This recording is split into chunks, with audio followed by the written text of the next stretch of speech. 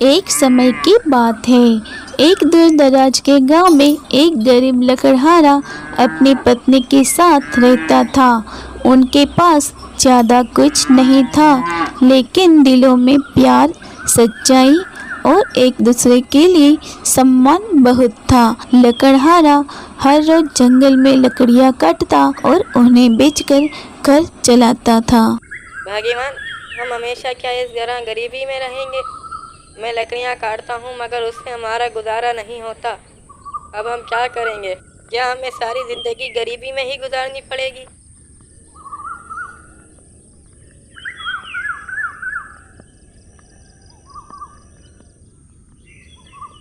लेकिन जब वह जंगल में लकड़ियां काट रहा था तो उसे अचानक किसी जानवर की दर्द भरी आवाज़ सुनाई दी।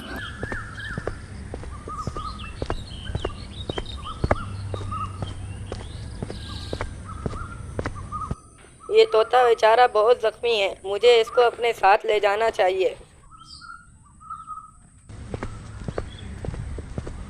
लकड़हारा तोते को अपने गधे पर बिठाकर घर लाया।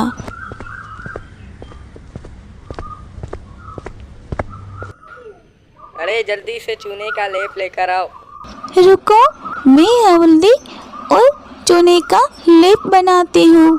वह जल्दी से मरहम बनाती है और लकड़हारा बड़े प्यार से तोते के घाव पर लगाता है। तोते भाई, अब तुम ठीक हो जाओगे, फिक्र मत करो।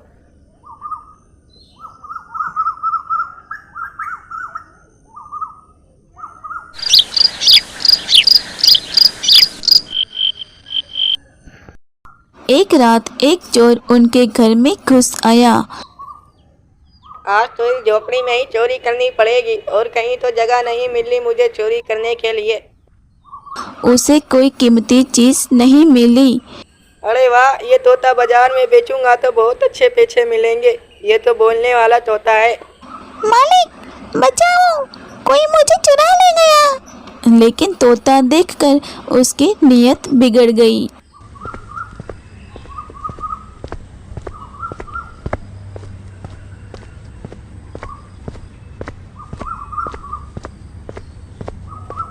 अरे मैं चल चल के थक गया हूँ, अब इस दरख्त के नीचे सो जाता हूँ। हे राजन, मुझे बचाइए, मैं चोरी हो गया हूँ। ये तोता तो बोलता है, मैं इसे अपनी बेटी को तोहफे में दूंगा। इस चोर से मैं ये तोता खरीद लेता हूँ। तो चोर, ये तोता तुम कहाँ से चोरी करके लाए हो? मैं इस तोते को खरीदना चाहता हूँ। नहीं नहीं हुजूर, ये तोता मैं खरीद कर लाया हूँ। मैं इसको बाजार में बेचने जा रहा हूँ, चोरी नहीं किया मैंने। मैं इस तोते के तुम्हें 1000 अशरफिया दूंगा अगर तुम आज के बाद कहीं भी चोरी नहीं करोगे। अगर तुमने चोरी करी तो मैं तुम्हें कारागार में बंद कर दूंगा। जी महाराज, मैं आज के बाद कभी चोरी नहीं करूँगा।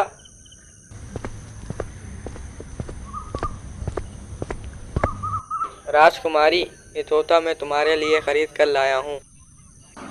तुम अब मेरे साथ रहोगे, मैं तुम्हें स्वादिष्ट फल खिलाऊंगी। लेकिन तोता उदास रहता है। तुम उदास क्यों हो? मैं पिंजरे में हूँ, उड़ना चाहता हूँ। राजकुमारी दयालु थी। ठीक है, आज से तुम आजाद हो।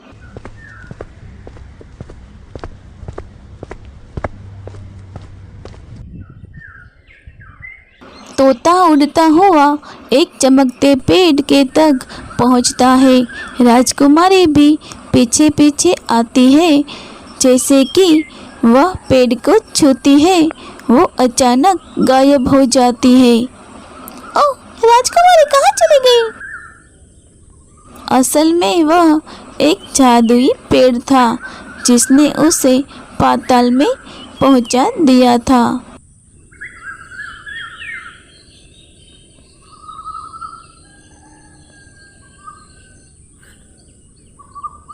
वह एक चुड़ैल ने उसे बंदी बना लिया। अगर आज़ाद होना चाहती हो तो मेरे लिए अमृत लाओ। राजकुमारी अमृत की तलाश में निकलती है।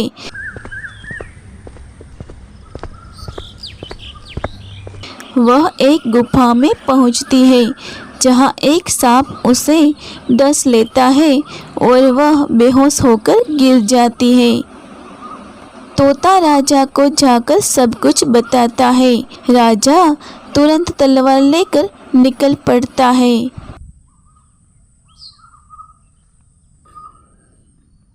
तोते, तुम यहीं रुको, मैं राजकुमारी को लेकर आता हूँ।